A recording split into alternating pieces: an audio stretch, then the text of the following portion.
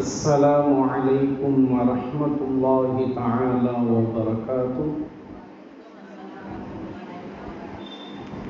بسم الله، الحمد لله، والصلاة والسلام على رسول الله وعلى آله وأصحابه حزب الله وعلينا عباد الله.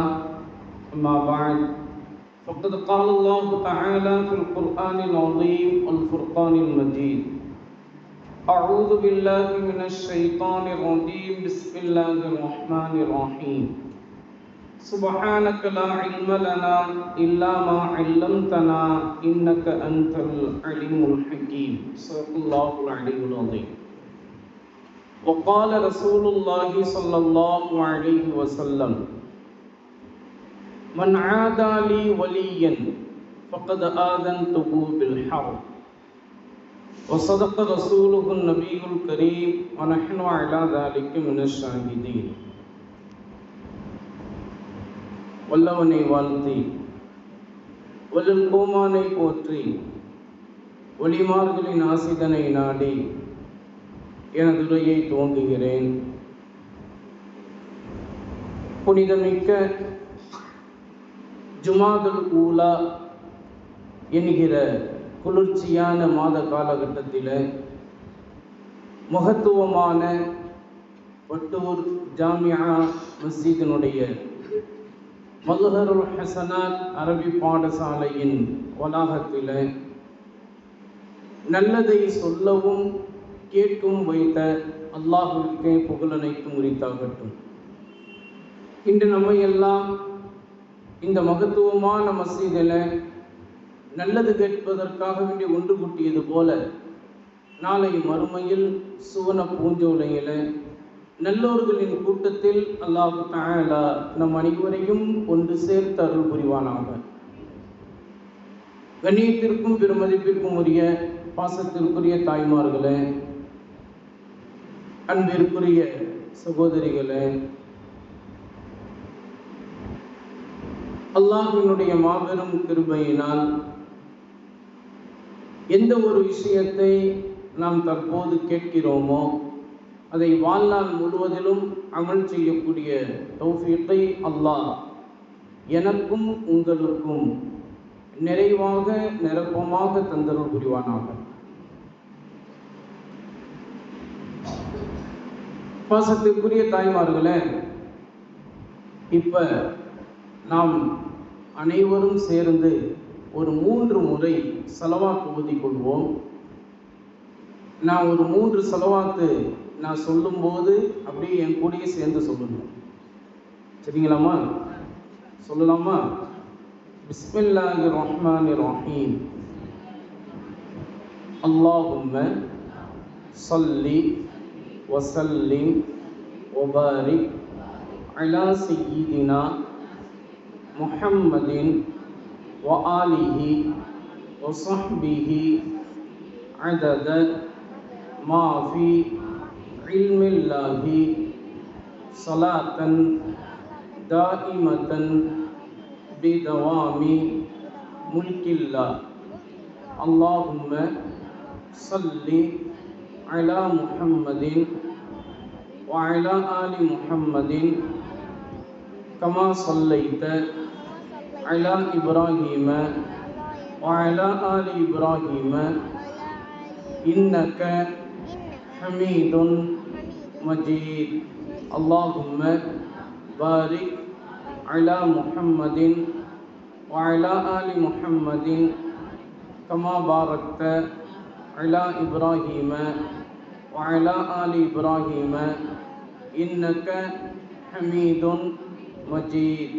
அல்லாஹும்ம ஸல்லி அலா முஹம்மதின் திப்பில் குலூபி வ தவாஇஹா வ ஆஃபியத்தில் அப்தானி வ ஷிஃபாஇஹா வ நூரில் அப்சாரி வ தியாஇஹா வ அலா ஆலிஹி வ ஸஹ்பிஹி வ ஸல்லிம். கண்ணியத்திற்கும் பெருமதிப்பிற்கும் உரிய அன்பிற்குரிய தாய்மார்களே, இப்போது நம்ம 3 முறை ஸலவாத் ஓதணும் இல்லையா? இந்த 3 ஸலவாத்துகள் பாருங்க. அதில் முதல் ஸலவாத்து சொன்னோம்ல, அந்த ஸலவாத்துக்கு பேர் ஸலாத்தி ஆயிஷா. அல்லாஹும்ம ஸல்லி வஸல்லிம் வபாரிக் அலா சய்யிதினா முஹம்மதின் வாலிஹி வஸஹ்பிஹி அதத மா ஃபீ இல்மில்லாஹி ஸலாத்தன் தாயிமத்தன் பிதவாமின் முல்கில்லா அப்படின்னு சொன்னோம் இல்லையா? இந்த ஸலவாத்துக்கு பேர் ஸலாத்தி ஆயிஷா. 2வது தடவை நம்ம ஸலவாத் சொன்னோம் இல்லையா? அதெல்லாம் உங்களுக்கு தெரிஞ்சது தான். தொழுகையில் அத்தஹியாத்து ஓதுனதுக்கு பிறகு நம்ம ஓதக்கூடிய தரூது ஷரீஃப் இல்லைங்களா? அது உங்களுக்கு தெரிஞ்ச ஸலவாத்து. 3வது ஸலவாத்தை சொன்னோம் பார்த்தீங்களா? அந்த ஸலாத்துக்கு பேர் ஸலாத்து திப்பில் குலூப். ஸலாத்து திப்பில் குலூப். இப்போ இந்த 3 ஸலவாத்துமே ரொம்ப பெரிய மகத்துவமான ஸலவாத்துகள். ஸலவாத்து நிறைய இருக்குது தாய்மார்களே. ஸலவாத்து என்ன செய்யுது? நிறைய இருக்குது ஸலவாத்து. அந்த அதிகமான ஸலவாத்துகள், கணக்கில் அடங்கா ஸலவாத்துகள் இருக்கின்ற இல்லையா? அந்த ஸலவாத்துகள் எல்லாம் ரொம்ப பெரிய மகத்துவமான ஸலவாத்து எது? ஃபஸ்ட்டு தரம் வாய்ந்த முதல் ஃபஸ்ட்டு ரேங்க் பெற்ற ஃபஸ்ட்டு ஸலவாத்து எது அப்படின்னு பார்த்தா அது நம்முடைய அன்னை ஆயிஷா ரலியல்லாஹு தஆலா அன்ஹா அவர்கள் தங்களினுடைய சொந்த வார்த்தைகள் மூலமாக சொன்ன அந்த ஸலவாத்து தான் ரொம்ப உயர்ந்த ஸலவாத்து என்று மார்க்க அறிஞர்கள் நமக்கு சொல்லி காட்டுகிறார்கள். அதனால தான் அந்த ஸலாத்துக்கு பேரே ஸலாத்தே ஆயிஷான்னு சொல்லுவோம். நம்ம சொன்ன முதல் ஸலவாத்து இருக்குத, அந்த ஸலவாத்துக்கு பேர் ஸலாத்தே ஆயிஷா. அன்னை ஆயிஷா ரலியல்லாஹு தஆலா அன்ஹா சொன்ன ஸலவாத். இப்போ நீங்கள் எல்லாம் பாருங்கள் தாய்மார்கள், உங்கள் எல்லாரினுடைய மதிப்பையும், உங்கள் எல்லாரினுடைய மரியாதையையும், உங்கள் எல்லாரினுடைய கண்ணியத்தையும் இந்த உலகளாவிய அளவில் தூக்கி வச்ச நம்முடைய அன்னை ஆயிஷா சித்திகா ரலியல்லாஹு தஆலா அன்ஹா அவங்க தான். அவங்க சொன்ன ஸலவாத்து தான் ரொம்ப உயர்ந்த ஸலவாத்து என்று மார்க்க அறிஞர்கள் சொல்லி காட்டுகிறார்கள். ஏன்னா மற்ற எல்லா ஸலவாத்துகளுடைய அர்த்தத்தையும் இந்த 2 வரி 3 வரி ஸலவாத்து கொண்ட ஸலாத்தே ஆயிஷா அப்படி எல்லா ஸலவாத்தினுடைய அர்த்தத்தையும் இது ஒரு ஸலவாத்து அது கொண்டிருக்கிறது அப்படின்ற மாதிரி நம்முடைய மார்க்க அறிஞர்கள் சொல்லி ஸலாத்தே ஆயிஷா தான் ரொம்ப உயர்ந்த ஸலவாத்து என்று சொல்கிறார்கள். 2வது தரம் வாய்ந்த ஸலவாத்து தான் நம்ம தொழுகையில் அத்தஹியாத்துக்கு பிறகு ஓதக்கூடிய ஸலவாத். 3வது தரம் வாய்ந்த ஸலவாத்து தான் ஸலாத்து திப்பில் குலூப். அதுக்கப்புறம் ஸலாத்து நாரியா, அதுக்கப்புறம் ஸலாத்து துன்ஜீனா, அதுக்கப்புறம் ஸலாத்து தாஜ், இப்படியெல்லாம் நிறைய ஸலவாத்துகள் இருக்கின்றன. இப்போ இந்த ஸலவாத்து தாய்மார்களாகிய உங்களுக்கு நம்ம முதல் பயான் ஆரம்பிக்கிறதுக்கு முன்னாடி சொல்வதற்கு காரணம் என்ன தெரியுமா? எப்போ ஒரு பெண்மணி ஸலாத்தே ஆயிஷா, ஸலாத்து தரூது ஷரீஃப், ஸலாத்து திப்பில் குலூப் ஓத ஆரம்பித்து விட்டார்களோ அந்த பெண்மணியினுடைய உடல் ஆரோக்கியம், அந்த பெண்மணி சம்பந்தப்பட்ட குடும்பத்தினர்களுடைய உடல் ஆரோக்கியம், அதுபோல அந்த தாய்மார்களுடைய கணவன்மார்களுடைய சம்பாத்தியம், அதுபோல அந்த தாய்மார்கள் வசிக்கக்கூடிய வீடு எல்லாம் பரக்கத்துக்குரியதாக ஆகிவிடும் என்பது மார்க்க அறிஞர்கள் தங்களுடைய அனுபவத்தின் மூலமாக சொல்லக்கூடிய ஒரு மிகப்பெரிய நல்லுபதேசமாக இருக்கிறது. அதனால் இந்த 3 ஸலவாத்தை நம்ம மனப்பாடம் செய்து வைத்துக் கொள்ள வேண்டும். இன்ஷா அல்லாஹ் செய்து கொள்ளலாமா? ஆமாம், இந்த 3 ஸலவாத்து ரொம்ப முக்கியமான ஸலவாத்துமா.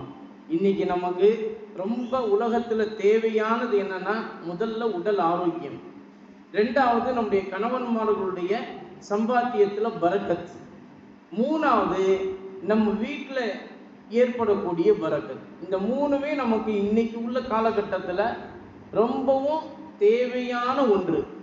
அந்த விஷயத்துக்காக வேண்டி தான் ஒவ்வொரு நாளுமே கணவனும் சரி மனைவியும் சரி இன்னைக்கு எல்லாருமே சம்பாதிக்கிறதுக்காக வேண்டி வீட்டை விட்டு வெளியே வர ஆரம்பிச்சிட்டாங்க இல்லையா? எல்லாத்துக்குமே அடிப்படை தேவை இந்த சம்பாத்தியம். அந்த சம்பாத்தியத்துல பரக்கத்து வரணும் இல்லையா? அந்த பரக்கத்து ஏற்படுவதற்கு தான் இது போன்ற செலவாத்துகள் நமக்கு சொல்லி தரப்பட்டிருக்கிறது. அதைத்தான் மார்க்க அறிஞர்கள் நமக்கு சொல்லி காட்டுறாங்க. இன்ஷா அல்லாஹ் அந்த செலவாத்து ஓதக்கூடிய பழக்கத்தை நம்ம இந்த நல்ல நேரத்தின் துவக்கமாக நம்ம வைத்துக் கொள்ளணும். இன்ஷா அல்லாஹ் அப்படி வைத்துக் கொள்ளலாமா? இப்போ பாருங்க, வட்டூர்ல இருக்கக்கூடிய தாய்மார்கள் எல்லாருமே வெளியே பார்த்தோம்னு சொன்னா, வயோதிகமான தாய்மார்களாக இருந்தாலும் சரி, நடுத்தர வயது உடையவங்களாக இருந்தாலும் சரி, அதுபோல வயதுக்கு வந்த பெண்களாக இருந்தாலும் சரி, அல்லது சின்ன பிள்ளைங்களாக இருந்தாலும் சரி, எல்லாருமே இன்னைக்கு புர்கா, அதுபோல ஷாலு, நோஸ் பீஸு எல்லாமே போட ஆரம்பிச்சிட்டாங்க.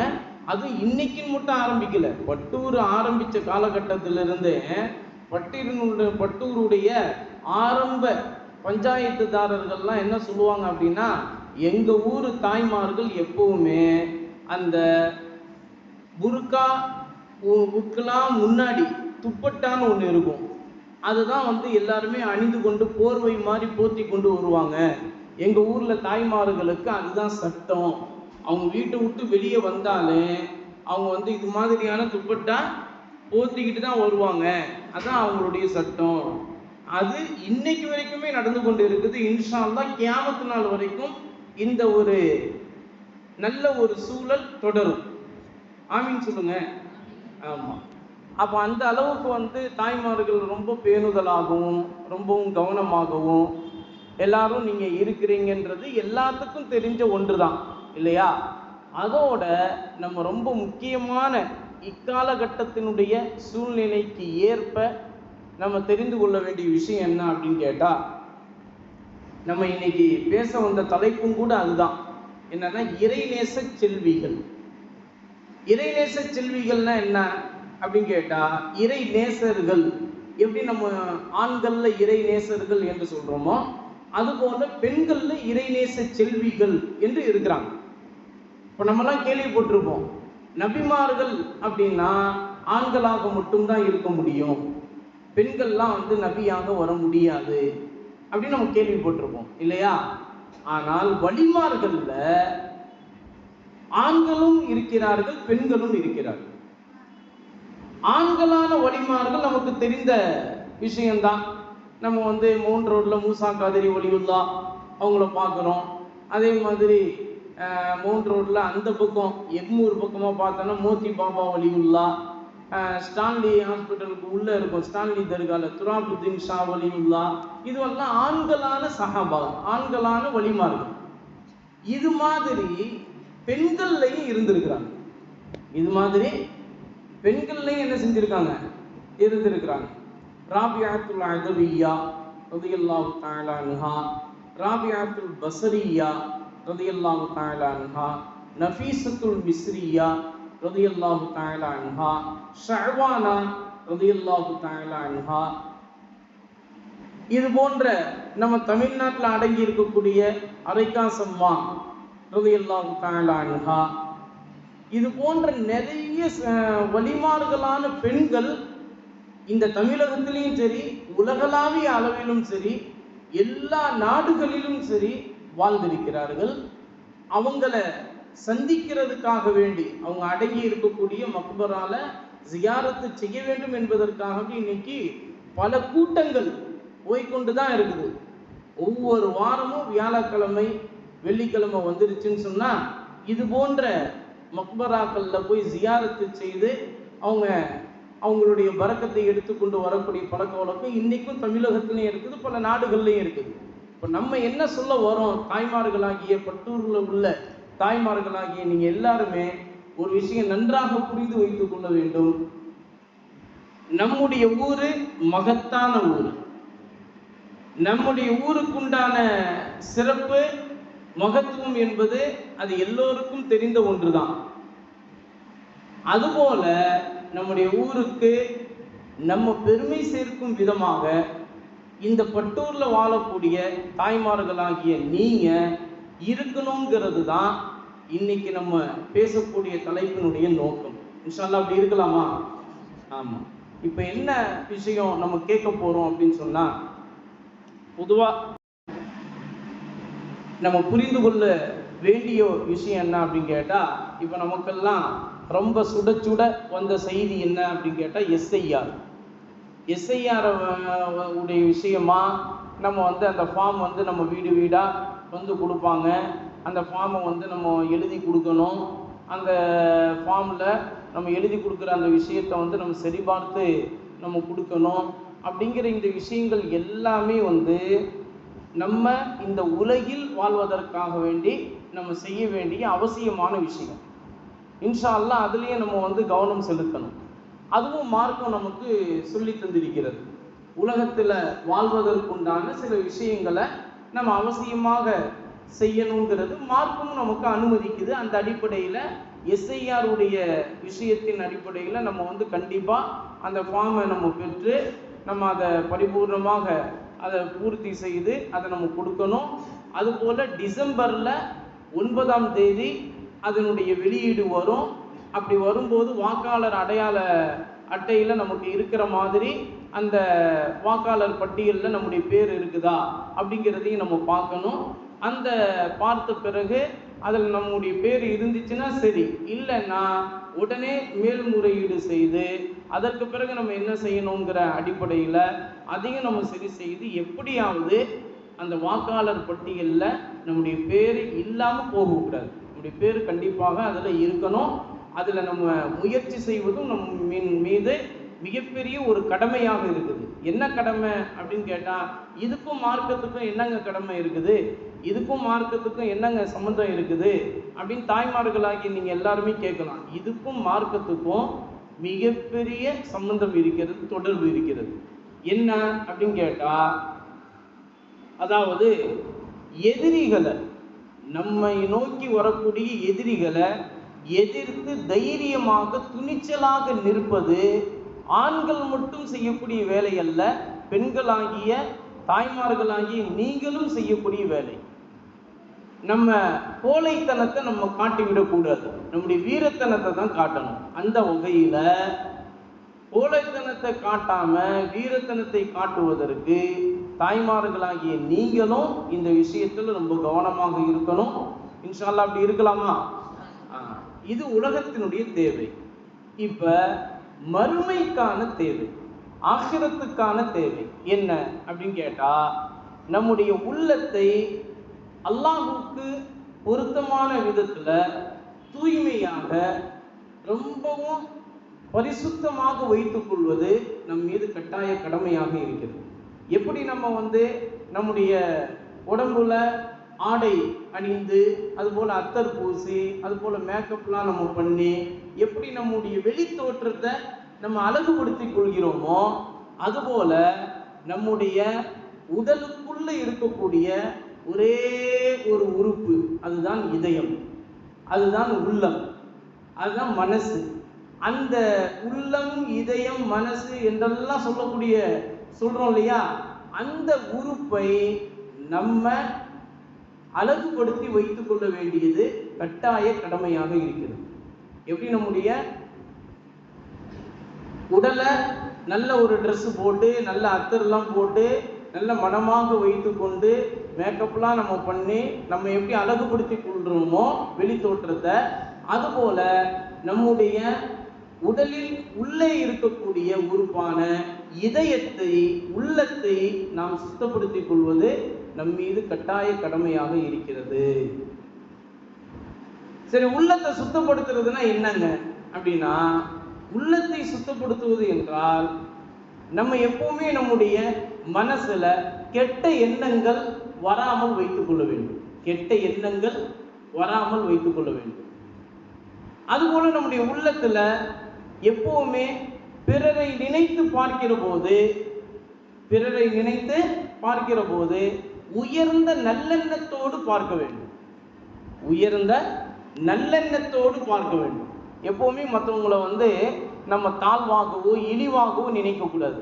எப்பவுமே மற்றவங்களை வந்து நம்ம உயர்வாக நினைப்பதற்கு நம்முடைய உள்ளத்தை பக்குவப்படுத்திக் கொள்ளணும். மூன்றாவது, அல்லாஹுவினுடைய திக்ரை, நான் செய்து உள்ளத்தில் பதிய வைக்க வேண்டும்.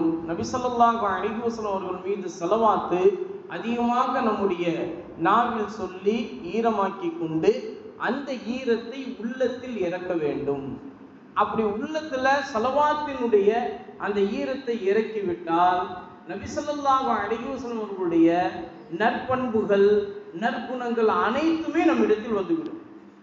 இன்ஷா அல்லாஹ் செய்யலாமா? எந்த அடிப்படையில் நம்ம இதை சொல்றோம் பாருங்க. நபிகள் நாயகம் ஸல்லல்லாஹு அலைஹி வஸல்லம் அவர்கள் ஒரு சபையில சஹாபாக்களுக்கு உரையாற்றி கொண்டு இருந்தாங்க. அப்போ ஒரு சஹாபி அவர்கள் ரொம்ப தாமதமாக உள்ளே வருகிறார்.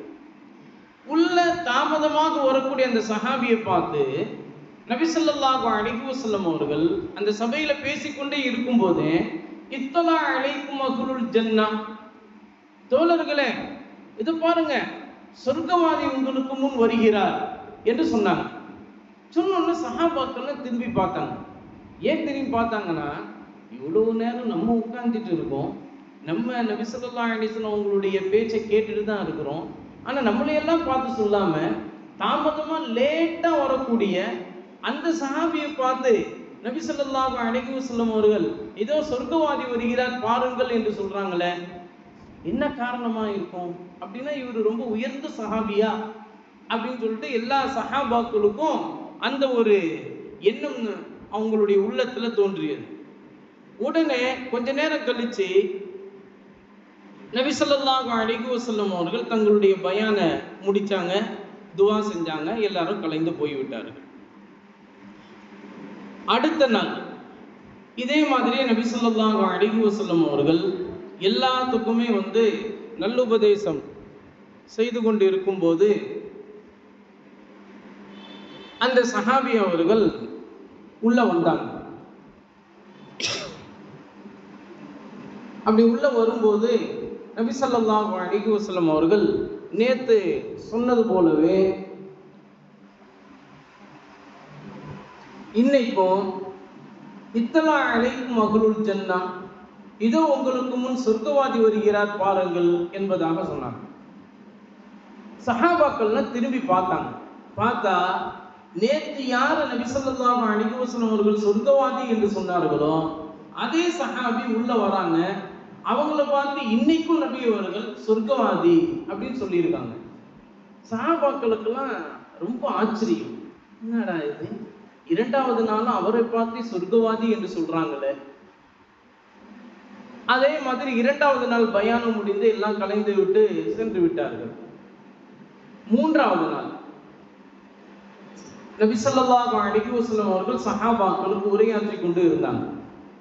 அப்ப அந்த சஹாபி உள்ள வராங்க. மூன்றாவது நாள் அதே சஹாபியை பார்த்து நபி ஸல்லல்லாஹு அலைஹி வஸல்லம் அவர்கள் இதோ உங்களுக்கு முன் சொர்க்கவாதி வருகிறார் பாருங்கள் என்று சொன்னாங்க. சஹாபாக்கள் திரும்பி பார்க்கும்போது 2 நாட்கள் யார சொர்க்கவாதி என்று சொன்னாங்களோ அதே சஹாபி அவர்கள் 3வது நாளும் நிற்கிறார். 3வது நாளும் அவரை பார்த்து நபி ஸல்லல்லாஹு அலைஹி வஸல்லம் அவர்கள் இதோ உங்களுக்கு முன் சொர்க்கவாதி வருகிறார் பாருங்கள் என்பதாக சொல்லியிருக்காங்க. மற்ற சஹாபாக்களுக்கெல்லாம் ஒரே ஆச்சரியம். அந்த சஹாபாக்கள்ல ஒரு சஹாபி ஹஜ்ரத் அப்துல்லா இப்னு அம்ர் இப்னு ஆஸ் ரலியல்லாஹு தஆலா அன்ஹு. என்ன பேருங்க? ஹஜ்ரத் அப்துல்லா இப்னு அம்ர் இப்னு ஆஸ் ரலியல்லாஹு தஆலா அன்ஹு. அந்த சஹாபி நினைச்சாங்க, இன்னைக்கு நபி ஸல்லல்லாஹு அலைஹி வஸல்லம் அவர்கள் தங்களுடைய உரையை முடித்து துஆ செய்து எல்லாரும் கலைந்து சென்ற பிறகு எப்படியாவது இந்த சஹாபிட்ட நம்ம அந்த நல்ல செயலை கேட்டு நம்மளும் அது போன்ற அமல் செய்து நபி ஸல்லல்லாஹு அலைஹி வஸல்லம் அவருடைய முபாரக்கான நாவிலிருந்து நம்மளையும் பார்த்து சொர்க்கவாதி என்று சொல்ல வைக்கணும் அப்படிங்கிற ஒரு ஆசையில அந்த உரை முடிந்து எல்லாரும் கலைந்து சென்று விட்ட பிறகு யாரை பார்த்து நபி ஸல்லல்லாஹு அலைஹி வஸல்லம் அவர்கள் சொர்க்கவாதி என்று சொன்னார்களோ அந்த சஹாபி அவங்களுக்கு பின்னாடியே அப்துல்லா இப்னு அம்ர் இப்னு ஆஸ் ரலியல்லாஹு தஆலா அன்ஹு போறாங்க. பின்னாடியே போய் அப்துல்லா இப்னு அம்ர் இப்னு ஆஸ் ரலியல்லாஹு தஆலா அன்ஹு அவருடைய வீட்டு முற்றத்தில் நிற்கிறாங்க. அந்த சஹாபி அவர்கள் பின்னாடி திரும்பி பார்க்கும்போது அப்துல்லா ரலியல்லாஹு தஆலா அன்ஹு நிற்கிறத பார்த்துட்டு, என்ன நண்பரே, நீங்கள் என்னுடைய வீட்டுக்கு முன்னாடி நிற்கிறீங்க? இல்லை, நான் என்னுடைய குடும்பத்தில் நான் சொல்லிட்டு வந்திருக்கேன், ஒரு 3 நாள் உங்கள் வீட்டில் நான் ஒரு விருந்தாளியாக தங்கிக்கலாமா அப்படின்னு கேட்குறாங்க. அப்படி கேட்கும்போது அப்போ அந்த சஹாபி அவர்கள் சொன்னாங்க, தாராளமாக என்னுடைய வீட்டில் நீங்கள் 3 நாட்கள் விருந்தாளியாக தங்கிக் கொள்ளுங்கள், நான் உங்களுக்கு விருந்து உபசரிக்கிறேன் அப்படின்னு சொல்லி 3 நாட்கள் கண்ணியப்படுத்தினாங்க. 3 நாட்கள் எதற்காக வேண்டி அந்த சஹாபியினுடைய வீட்டில் இவங்க தங்கணும்? நல்ல விருந்து மூக்கு முட்டை சாப்பிட்றதுக்கா? இல்லைங்க. 3 நாள் ஏன் தங்கணும் அப்படின்னா, நபி ஸல்லல்லாஹு அலைஹி வஸல்லம் அவர்கள் தன்னுடைய முபாரக்கான நாவு மூலமாக 3 நாளும் இவரை பார்த்து சொர்க்கவாதி என்று சொன்னார்கள்.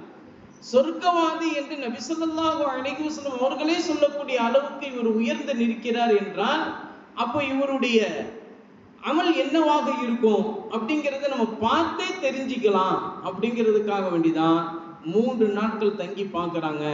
இவர் சாதாரணமான மனிதர்கள் எப்போதுமே 5 வேளை தொழுது துவா செய்கிற மாதிரி இவரும் தொழுது துவா செய்கிறாரு. மற்ற நேரங்களில் வேலைக்கு போகிறாரு, வராரு, வீட்டில் உண்டான அந்த செலவுகளை எல்லாம் பார்க்கிறாரு. இது மாதிரி சாதாரணமான மனிதர்கள் என்ன செய்வாங்களோ அது மாதிரி தான் இவற்றையும் இருக்குது செயல்பாடு. இவரிடத்தில் அவ்வளவு ஒன்றும் பிரதானமான ஒரு அமல் இருப்பது போல இவங்க பார்க்கல. அப்துல்லா இப்னு அம்ர் இப்னு ஆஸ் ரலியல்லாஹு தஆலா அன்ஹு 3 நாட்கள் முடிஞ்சதுக்கு பிறகு அந்த சஹாபிட்ட போய் சொன்னாங்க, நண்பரே, நான் உங்கள் வீட்டில் ஒரு 3 நாள் தங்குனேன், நீங்கள் நல்ல முறையில் எனக்கு விருந்து உபசரிச்சிங்க, நான் இப்போ என்னுடைய வீட்டுக்கு போகலான்னு நான் ஆசைப்படுறேன், நீங்கள் அனுமதி கொடுங்க அப்படின்னு சொல்லிட்டு சொல்கிறாங்க. சொன்ன உடனே சஹாபி அவர்கள், சரி நீங்கள் உங்கள் வீட்டுக்கு போகிறதா இருந்தால் தாராளமாக போகலாம் அப்படின்னு சொல்லிட்டு வழி அனுப்பி வைக்கிறாங்க. அப்போ அந்த சஹாபி வழி அனுப்பி வைக்கும்போது கேட்குறாங்க, இத்தனை சஹாபாக்கள் இங்கே இருக்க என்னுடைய வீட்டை தேர்ந்தெடுத்து நீங்கள் இங்கே விருந்தாளியாக இருப்பதற்கு என்ன காரணம்னு நான் தெரிஞ்சுக்கலாமா அப்படின்னு கேட்குறாங்க. கேட்கும்போது அப்போ அப்துல்லா ரலியல்லாஹு தஆலா அன்ஹு சொல்கிறாங்க, நபி ஸல்லல்லாஹு அலைஹி வஸல்லம் அவர்கள் கடந்த வாரங்களில் 3 நாட்கள் ஒவ்வொரு நாளுமே நீங்க பள்ளிவாசலுக்குள்ள தாமதமாக உள்ள வருவதை பார்த்துட்டு நபி ஸல்லல்லாஹு அலைஹி வஸல்லம் அவர்கள் இத்தலா அலைக்கும் அஹ்லுல் ஜன்னா, இதோ உங்களுக்கு முன் சொர்க்கவாதி வருகிறார் பாருங்கள் என்பதாக சொன்னாங்க. நாங்க 3 நாட்களும் உங்களை மட்டும்தான் பார்த்தோம் நபி ஸல்லல்லாஹு அலைஹி அவர்கள் சொல்லும் போது. அப்படின்னா நீங்க சொர்க்கவாதி என்று சொல்லப்படக்கூடிய அளவுக்கு நீங்க என்ன அமல் செய்கிறீர்கள் என்பதை கண்கூடாக நம்மளே பார்த்து விளங்கலாமே, பார்த்து கொள்ளலாமே அப்படிங்கிறதுக்காண்டி நான் 3 நாள் தங்கினேன். ஆனா தாங்க அப்படி ஒன்றும் பிரதானமான ஒரு அமல் செய்கிற மாதிரி தெரியலையே அப்படிங்கிற மாதிரி அப்துல்லா ரலியல்லாஹு தஆலா சொன்னாங்க. அப்ப அந்த சஹாபி அவர்கள் சொன்னாங்க, தோழரே, நபி ஸல்லல்லாஹு அலைஹி வஸல்லம் அவர்கள் என்னை பார்த்து 3 நாட்களும் சுவனவாதி என்று சொல்லி இருக்கிறார்கள் என்று சொன்னால், நான் இந்த உலகத்துல பிறந்து வாழ்ந்ததற்குண்டான அர்த்தம் பதிவாகிவிட்டது. அது ரொம்ப பெரிய ஒரு பாக்கியம். அல்லாஹ் தஆலா எனக்கு அந்த ஒரு பாக்கியத்தை கொடுத்துருக்கான். நான் ஒரு விஷயத்தை உங்களுக்கு சொல்றேன், என்னிடத்துல பிரதானமான அமல் அப்படிங்கிறது ஒன்றும் இல்லை, ஆனா என்னுடைய உள்ளம் சார்ந்த ஒரு அமல் இருக்கிறது. என்னிடத்துல உள்ளம் சார்ந்த ஒரு அமல் இருக்கிறது. தாய்மார்கள் இங்கே தான் கவனிக்கணும். நீங்க நம்ம டெய்லி தொழுகிறோம், நிறைய தர்மம் செய்கிறோம், குர்ஆன் ஓதுறோம், தஸ்பீஹ் செய்கிறோம், எல்லாமே செய்கிறோம். ஆனா நம்மிடத்துல இந்த உள்ளம் சார்ந்த ஒரு அமல் இருக்கிறதா என்பதை நீங்க தாய்மார்கள் இன்னைக்கு நீங்க உங்களுடைய உள்ளத்திலேயே உங்களுடைய மனசுக்குள்ளேயே நீங்க கேட்டு பார்த்துக்கணும். சரிங்களா? அந்த முக்கியமான இடத்துக்கு தான் நம்ம இப்போ வந்துடுவோம். அப்ப அந்த சஹாபி அவர்கள் சொல்றாங்க, என்னிடத்தில் உள்ளம் சார்ந்த ஒரு அமல் இருக்கிறது. என்ன உள்ளம் சார்ந்த அமல் எனக்கு சொல்லித்தாங்கல அப்படின்னு அப்துல்லா ரலியல்லாஹு தஆலா அவர்கள் கேட்கிறாங்க. கேட்கும்போது அப்ப அந்த சஹாபி அவர்கள் சொல்றாங்க, உள்ளம் சார்ந்த அமல் என்னன்னு சொன்னா, நபி ஸல்லல்லாஹு அலைஹி வஸல்லம் அவர்கள் ஒரு தடவை இப்படி சொன்னாங்க, பிஹக்திம்ரிஇன் ஷர்ரன் அன் யஃப்திர அஹாஹு. ஒரு மனிதன் மிக மோசமானவனாக கருதப்படுவதற்கு காரணம் அவன் தன்னுடைய சகோதரனை ஏளனமாக கேவலமாக நினைப்பதுதான் அவன் மிக மோசமானவன் என்று சொல்லப்படுவதற்கு காரணமாக இருக்கிறது என்று சொன்னாங்க. எப்ப நபி ஸல்லல்லாஹு அலைஹி வஸல்லம் அவர்கள் சொன்ன இந்த வார்த்தையை நான் கேட்டேனோ, அன்றிலிருந்து இன்று வரை, இனி என்னுடைய வஃபாத் வரை என்னுடைய உள்ளத்தை நான் பக்குவப்படுத்திக் கொண்டேன். எந்த ஒரு மனிதரையும் நான் ஏளனமாகவோ கேவலமாகவோ பார்ப்பதில்லை. எல்லா மனிதர்களையும் என்னை விட உயர்ந்தவர்களாக நினைக்கக்கூடிய ஒரு பக்குவத்தை என்னுடைய உள்ளத்திற்கு நான் கொடுத்து விட்டேன். அதனாலதான் நபி ஸல்லல்லாஹு அலைஹி வஸல்லம் அவர்கள் சொன்ன ஒரு துஆவை என்னுடைய வாழ்நாள்ல ஒவ்வொரு ஃபர்தான தொழுகைக்கு பிறகும் நான் இவ்வாறு துஆ செய்வேன். யா அல்லாஹ், யா அல்லாஹ், என்னுடைய உள்ளத்தை நீ எப்படி ஆக்கிவிடு என்று சொன்னால், எப்போதுமே என்னுடைய உள்ளத்தில் என்னை பற்றிய எண்ணத்தில் நான் நினைக்கிற போது என்னை சிறுமையானவனாகவும், பிறருடைய பார்வையில் என்னை பெருந்தன்மை மிக்கவனாகவும் நீ ஆக்கி வைப்பாயாக. என்னுடைய பார்வையில் என்னை சிறுமையானவனாகவும், பிறருடைய பார்வையில் என்னை பெருந்தன்மை மிக்கவனாகவும் ஆக்கி வைப்பாயாக. அப்படின்னா என்ன அர்த்தம்? நம்முடைய பார்வையில நம்ம யாரு?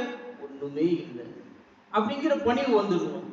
மற்றவர்களுடைய பார்வையில பிறர் என்ன பார்க்கும்போது பெருந்தன்மை மிக்கவனாக நினைக்கக்கூடிய ஒரு பக்குவத்தை எனக்கு நீ கொடுத்து விடு யா அல்லாஹ் அப்படிங்கிற அந்த துஆவை நான் செய்து கொண்டே வருவேன். அந்த அடிப்படையில் தான் என்னுடைய உள்ளத்தை நான் பக்குவப்படுத்திக் கொண்டேன். எப்போதுமே பிற மனிதர்களை உயர்ந்த அந்தஸ்தில் பார்ப்பதுதான் என்னுடைய உள்ளத்தினுடைய பக்குவமாக இருக்கிறது அப்படின்னு சொல்லி, இதுதான் உள்ளம் சார்ந்த அமல் என்பதாக அந்த சஹாபி அவர்கள் சொல்லும் போது, ஹதரத் அப்துல்லாஹ் இப்னு அம்ர் இப்னு ஆஸ் ரலியல்லாஹு தஆலா அன்ஹு சொன்னாங்க, தோழரே, இது சாதாரணமான குணம் அல்ல. இது நீங்க சொல்வதற்கு வேண்டுமானாலும் சகஜமாக சொல்லிவிடலாம். ஆனால் இதை வாழ்ந்து காட்டுகிற போதுதான் இது இந்த குணம் மிகப்பெரிய ஒரு குணம் என்று விளங்கும். ஏனென்று சொன்னா, சாதாரணமாகவே நம்ம 2 பேர் சேர்ந்துட்டாலே மூணாவது ஒருத்தரை பத்தி தான் கழுவி கொண்டு இருப்போம் இல்லையா? நம்ம 2 பேர் சேர்ந்துட்டாலே மூணாவது ஒருத்தரை பத்தி தான் கழுவி கொண்டு இருப்போம். ஏன் அவளை பார்த்தியா, அவன் எப்படிப்பட்ட புடவை கட்டிட்டு இருக்கா, எப்படி எல்லாம் பேசுற பத்தியா, மூக்குத்தி பார்த்தியா, பட்டி பார்த்தியா, எப்படி வருது, புடவை பார்த்தியா எப்படி இருக்கு, இவன் அவகிட்ட பேசுறான், இப்படிங்கிற மாதிரியான பேச்சு தான் நம்மிடத்துல 2 பேர் பேசினாலே மூன்றாவது நபரினுடைய பேச்சு நம்மிடத்தில் சாதாரணமாக வந்து விடுகிற போது என்ன ஆயிரும் அப்படின்னு சொன்னா, மற்றவர்களை மட்டம் தட்டி பேசி நம்மை உயர்த்தி பேசக்கூடிய ஒரு நிலைமைக்கு ஷைத்தான் தள்ளி விடுவான். எப்ப அந்த எண்ணம் நம்மிடத்தில் வந்து விடுகிறதோ அப்ப மற்றவர்களை ஏளனமாக கேவலமாக நினைக்கக்கூடிய பக்குவம் நம்முடைய மனதில் வந்துவிடும். அப்படி வந்துவிட்டால் அந்த இடத்தில் அல்லாஹ் இருக்க மாட்டான்.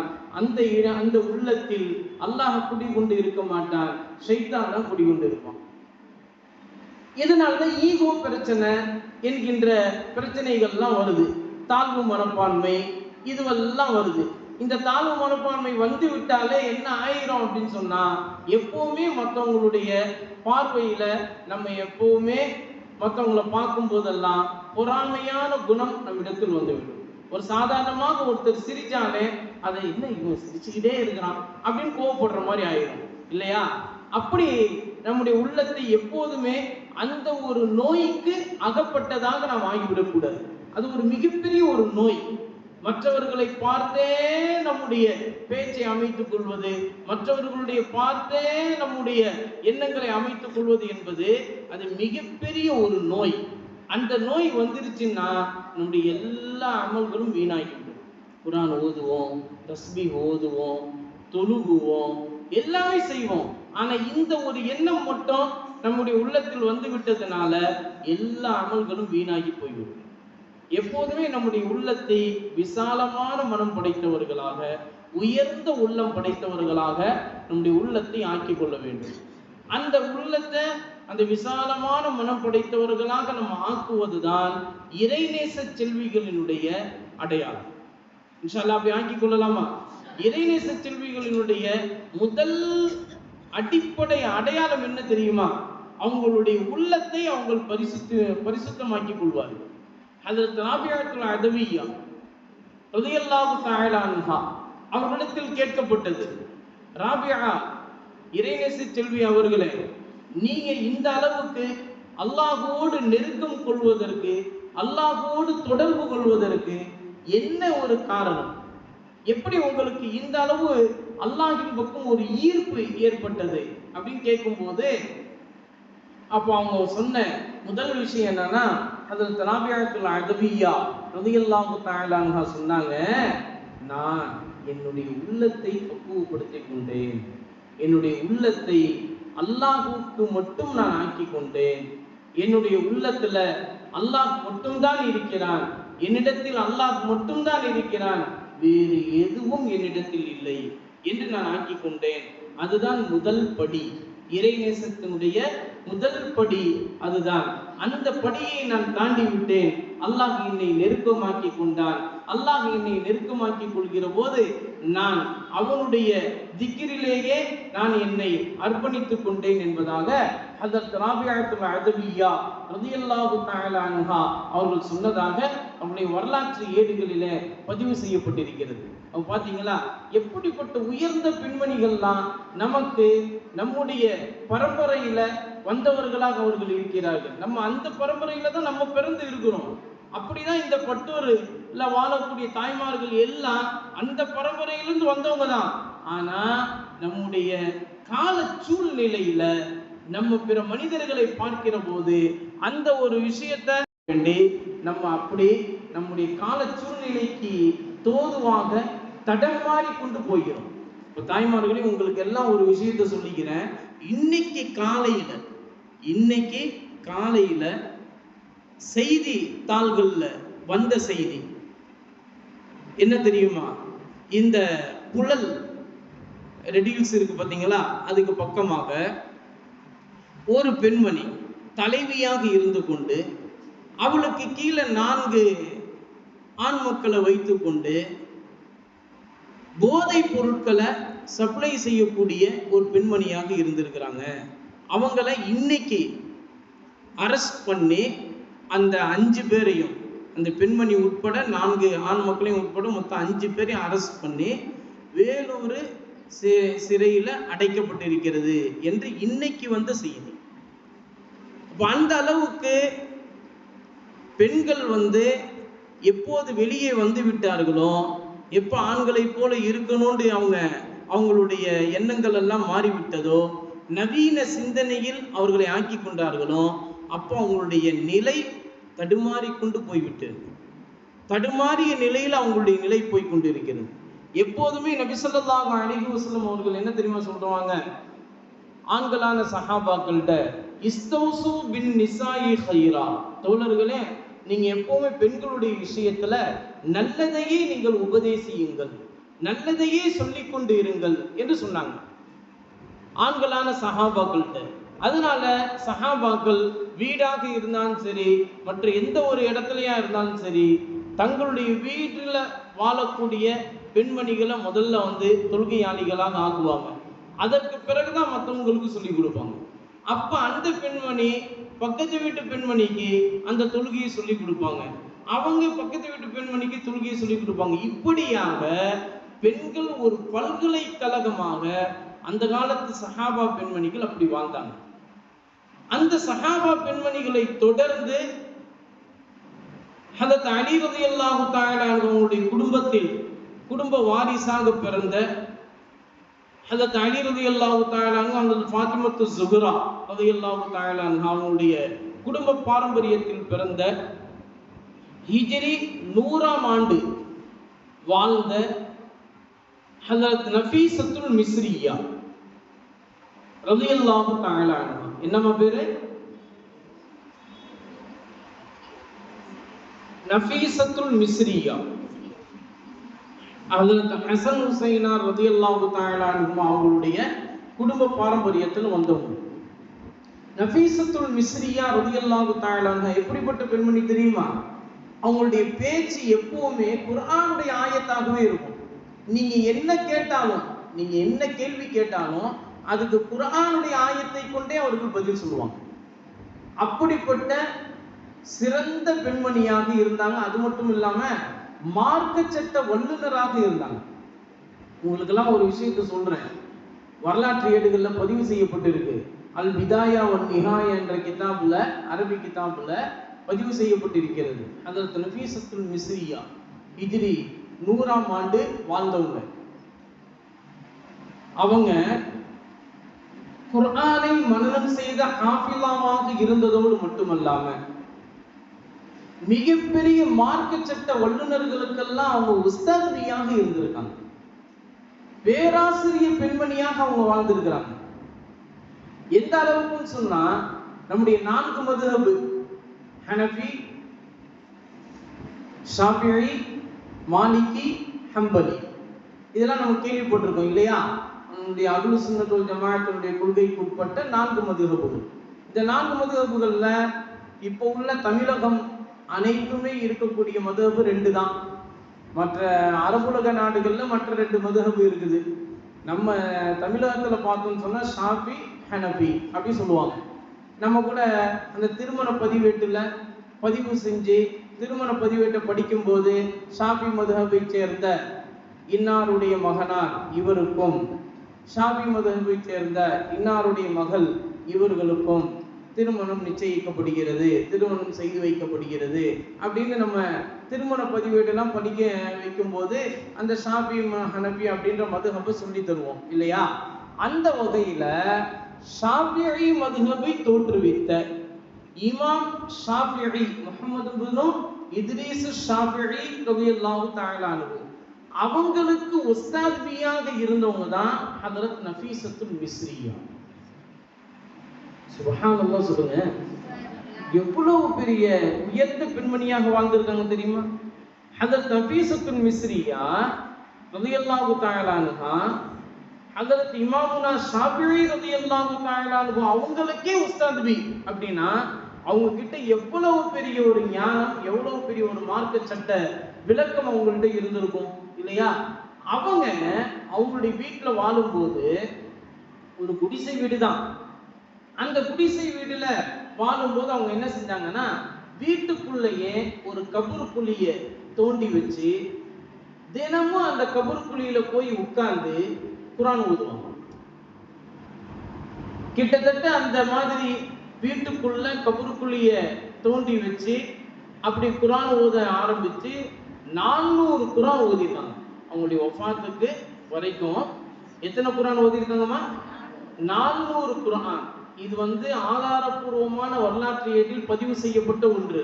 இது இட்டு கதை நீங்க நினைச்சுக்காதீங்க, எல்லாம் அசத்து புட்டா விடுறாரு அப்படின்னு நீங்க நினைச்சுக்காதீங்க. இது வரலாற்று ஏடுல ஆதாரபூர்வமாக பதிவு செய்யப்பட்ட வரலாறு. அல் பிதாயா வன் நிஹாயா என்ற வரலாற்று ஏடுல அது பதிவு செய்யப்பட்டிருக்கிறது. இப்ப அந்த அடிப்படையில அந்த கபூர் குழியில உட்கார்ந்து 400 குர்ஆன் ஓதுனாங்க. அப்ப அவங்களிடத்துல அவங்களுடைய மாணவ செல்வங்கள் எல்லாம் கேட்டாங்க, நஃபீசத்துல் மிஸ்ரியா உஸ்தாத்பி அவர்களே, நீங்க இந்த மாதிரி கபூர் குழியில உட்கார்ந்து இந்த அளவுக்கு குர்ஆன் ஓதுவதற்கு என்ன காரணம் அப்படின்னு கேட்டாங்க. அப்ப ஹதரத் நஃபீசத்துல் மிஸ்ரியா ரலியல்லாஹு தஆலா அன்ஹா அவங்க சொன்னாங்க, மாணவ செல்வங்களே, என்ன இப்படி கேள்வி கேட்டுட்டீங்க? கபூர் குழியில எவ்வளவு பெரிய வேதனைகள் செய்யப்படும் தெரியுமா? அதாபுல் கபரை விட்டு நபி ஸல்லல்லாஹு அலைஹி வஸல்லம் அவர்கள் பாதுகாப்பு தேடி இருக்கிறாங்களே, அல்லாஹும்ம இன்னி அஊது பிக்க மின் அதாபில் கபர் என்று கபரினுடைய வேதனையை விட்டு நபி ஸல்லல்லாஹு அலைஹி வஸல்லம் அவர்கள் பாதுகாப்பு தேடி இருக்காங்களே, அந்த பாதுகாப்பு தேடி அந்த சுன்னத்தை தான் நான் குர்ஆனுடைய வார்த்தைகள் மூலமா அல்லாஹ்ட்ட கேட்கிறேன். யா அல்லாஹ், நான் இருக்கிற வரைக்கும் உன்னுடைய வார்த்தைகளை நான் சொல்லிக்கிட்டு இருக்கேன். நான் இந்த உலகத்தை விட்டு கடந்து விட்டு போகிற போது இந்த கபூர்ல தான் நான் அடக்கப்படுவேன். அந்த கபூருடைய வேதனை விட்டு என்னை நீ பாதுகாத்து நான் அடக்கப்படக்கூடிய இந்த கபூர்ல எனக்கு இந்த கபரை சூன பூஞ்சொல்லையாக ஆக்கு அப்படின்னு அல்லாஹ்வுடைய வார்த்தைகளை சொல்லி துஆ செய்வதற்காக வேண்டிதான் நான் கபூர் குழியில உட்கார்ந்து துஆ செய்யறேன். அது மட்டும் இல்லாம நபி ஸல்லல்லாஹு அலைஹி வஸல்லம் சொல்லியிருக்காங்க, குர்ஆனுடைய வசனங்களை ஓதி துஆ கேட்டால் அந்த துஆ அல்லாஹ்விடத்தில் மிகப்பெரிய அளவுல உடனடியாக கபூல் செய்யப்படும் என்று நபி ஸல்லல்லாஹு அலைஹி வஸல்லம் அவர்கள் சொல்லியிருக்காங்க.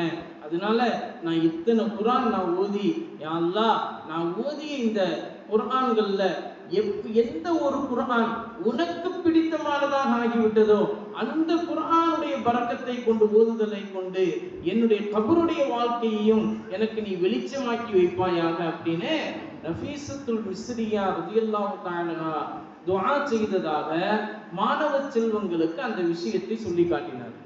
அப்படின்னா பாருங்க பட்டோர் தாய்மார்களே, எப்படிப்பட்ட உன்னதமான வாழ்க்கையை வாழ்ந்திருக்காங்க பார்த்தீங்களா? நஃபீஸத்துல் மிஸ்ரியா ரலியல்லாஹு தஆலா அன்ஹா. நீங்க வரலாற்று ஏடுகள்ல அவங்களுடைய வாழ்க்கையை நீங்க படிச்சு பார்த்தா தெரியும். அல்லாஹ் அக்பர், அல்லாஹ் அக்பர். அவங்கள திருமணம் செய்து கொள்வதற்காக வேண்டி நிறைய தாபிஈன்கள் என்று சொல்லப்படக்கூடிய உயர்ந்த அந்தஸ்து பெற்ற நிறைய இமாம்கள் எல்லாம் அப்படியே கியூ கட்டி நின்றாங்க. ஆனா யாரையுமே அவங்க ஏற்றுக்கொள்ளல. ஹஜ்ரத் ஹஸன் பஸ்ரி ரஹ்மத்துல்லாஹி அலைஹி அவங்க கூட நஃபீஸத்துல் மிஸ்ரியா ரலியல்லாஹு தஆலா அன்ஹா அவங்கள திருமணம் செய்து கொள்வதற்காக வேண்டி கேட்டாங்க. ஆனா அப்போ கூட அவங்க மறுத்துட்டாங்க. கடைசி காலகட்டத்துல தான் ஒரு நல்லடியாரை, இறைநேச செல்வரை அவங்க மனம் செய்து கொண்டாங்க, திருமணம் செய்து கொண்டாங்க. அவங்க மூலமா அவங்களுக்கு அந்த வீடு கிடைச்சிச்சு. அந்த வீட்டுல தான் அவங்க இந்த மாதிரியான ஒரு குழியை அவங்களாகவே தோண்டி வச்சு அந்த குழியில அவங்க உட்கார்ந்து இது மாதிரியான குர்ஆனை ஓதி அவங்க அல்லாஹ்விடத்தில் இந்த துஆவை செய்தாங்க அப்படின்னு வரலாற்று ஆசிரியர்கள் நமக்கு சொல்லி காட்டுறாங்க. அப்படிப்பட்ட நஃபீஸத்துல் மிஸ்ரியா ரலியல்லாஹு தஆலா அன்ஹா அவ்வளவு பெரிய உன்னதமான வாழ்க்கையை வாழ்ந்திருக்கிறார். இப்ப பாத்தீங்களா எவ்வளவு பெரிய ஒரு உயர்ந்த வாழ்க்கையை நஃபீஸத்துல் மிஸ்ரியா ரலியல்லாஹு தஆலா அன்ஹா வாழ்ந்து காட்டியிருக்காங்க.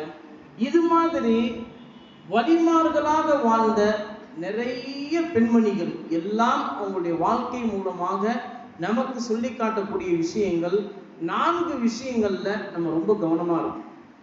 இன்ஷாஅல்லாஹ் கவனமா இருக்கலாமா? 4 விஷயங்கள்ல நம்ம ரொம்ப கவனமா இருக்கணும். என்ன அப்படின்னு கேட்டா, வணங்குதல், இணங்குதல், வழங்குதல், நம்முடைய பேச்சில உண்மையாக இருத்தல். இந்த 4 விஷயங்கள்ல பெண்களாகிய நீங்க கண்டிப்பாக, தாய்மார்களாகிய நீங்க ரொம்ப கவனமாக இருக்க வேண்டிய கால சூழ்நிலைகள் நாம் இருக்கு. எந்த காலகட்டத்திலும் நீங்க அல்லாஹ்விடத்தில் எப்போதுமே துஆ செய்ய வேண்டிய கடமைகள் நீங்கள் இருக்கிறீர்கள். என்ன துஆ செய்யணும் தெரியுமா? ஒவ்வொரு ஃபர்தான தொழுகைக்கு பிறகு முக்கியமா நீங்க துஆ செய்யக்கூடிய விஷயத்துல ரப்பனா ஆத்தினா ஃபித் துன்யா ஹஸனத்தன் வ ஃபில் ஆখিরাতি ஹஸனத்தன் வ கினா அஸாபன்னார் அப்படின்ற துஆ இருக்குது. ரப்பனா ஹப் லனா மின் அஸ்வாஜினா வ ذُرِّيَّاتِنَا قُرَّةَ أَعْيُنٍ وَاجْعَلْنَا لِلْمُتَّقِينَ إِمَامًا அப்படின்ற அந்த துஆலாம் இருக்குது. இதெல்லாம் இருக்கட்டும். நபி ஸல்லல்லாஹு அலைஹி வஸல்லம் அவர்கள் அன்னை ஃபாத்திமத்து ஸுஹ்ரா அல் பதூல் ரலியல்லாஹு தஆலா அன்ஹா சொர்க்கத் தலைவி இல்லையா? சொர்க்கத்தில் நுழையக்கூடிய பெண்களுக்கெல்லாம் தலைவியாக இருக்கக்கூடிய அன்னை ஃபாத்திமா ரலியல்லாஹு தஆலா அன்ஹா அவங்களுக்கு சொல்லி தந்த ஒரு துஆ. இன்ஷாஅல்லாஹ் அந்த துஆ நம்ம செய்யலாமா? இப்ப நபி ஸல்லல்லாஹு அலைஹி வஸல்லம் அவர்கள் தங்களுடைய பணிவிடை செய்யக்கூடிய தோழரான ஹஜ்ரத் இம்ரான் இப்னு ஹுசைன் ரலியல்லாஹு தஆலா அன்ஹு அவங்கள கூட கூப்பிட்டுக்கிட்டு, வாப்பா என்னுடைய மகள் ஃபாத்திமாவை நம்ம போய் சந்திச்சுட்டு வரலாம் அப்படின்னு சொல்லிட்டு போறாங்க. அன்னை ஃபாத்திமா ரலியல்லாஹு தஆலா அன்ஹா அவங்களுடைய வீட்டு கதவுக்கு பின்னால வெளியே நின்று கொண்டு கதவை தட்டுறாங்க. இப்போ ஃபாத்திமா ரலியல்லாஹு தஆலா அன்ஹா உள்ள இருந்து கொண்டு கதவை தட்டுவது யார் அப்படின்னு கேட்குறாங்க. சத்தம் போட்டு கேட்குறாங்க. நல்ல கவனிங்க தாய்மார்களே, ஒரு பெண்மணி எப்படி வாழணும் அப்படிங்கிறதுக்கு சொர்க்க தலைவியான அன்னை ஃபாத்திமா ரலியல்லாஹு தஆலா அன்ஹா எப்படி வழிகாட்டுறாங்க பாருங்க. உள்ள இருந்துகிட்டு அவங்க கேட்குறாங்க, கதவை தட்டுவது யார் அப்படின்னு கேட்டாங்க. அப்ப நபி ஸல்லல்லாஹு அலைஹி வஸல்லம் அவர்கள் வெளியே நின்று கொண்டு சொன்னாங்க, நான் தாமா உன்னுடைய தந்தை முஹம்மது ரசூலுல்லாஹ் ஸல்லல்லாஹு அலைஹி வஸல்லம் என்று சொன்னாங்க. அப்ப என்ன செஞ்சிருக்கணும்? தந்தைன்னு சொன்னோன்னே என்ன செஞ்சிருக்கணும்? உள்ள இருந்து அப்படியே ரொம்ப சந்தோஷமா ஓடி வந்து கதவை திறந்து வரவழைச்சிருக்கணும் இல்லையா, வரவேற்றிருக்கணும். ஆனா அன்னை ஃபாத்திமா ரலியல்லாஹு தஆலா அன்ஹா அடுத்த கேள்வி கேட்டாங்க, உங்களோடு யாரேனும் இருக்கிறார்களா அல்லது நீங்க மட்டும்தான் வந்திருக்கீங்களா அப்படின்னு கேட்டாங்க. என்னோடு என்னுடைய நண்பர் ஹதரத் இம்ரான் இப்னு ஹுசைன் ரலியல்லாஹு தஆலா அன்ஹு இருக்கிறாங்க அப்படின்னு சொல்லிட்டு நபி ஸல்லல்லாஹு அலைஹி வஸல்லம் அவர்கள் சொன்னாங்க. சொன்னதுமே ஃபாத்திமா ரலியல்லாஹு தஆலா அன்ஹா சொன்னாங்க, யா ரசூலல்லாஹ், நான் ஒரே ஒரு ஆடையைத்தான் அணிந்து கொண்டு இருக்கிறேன்.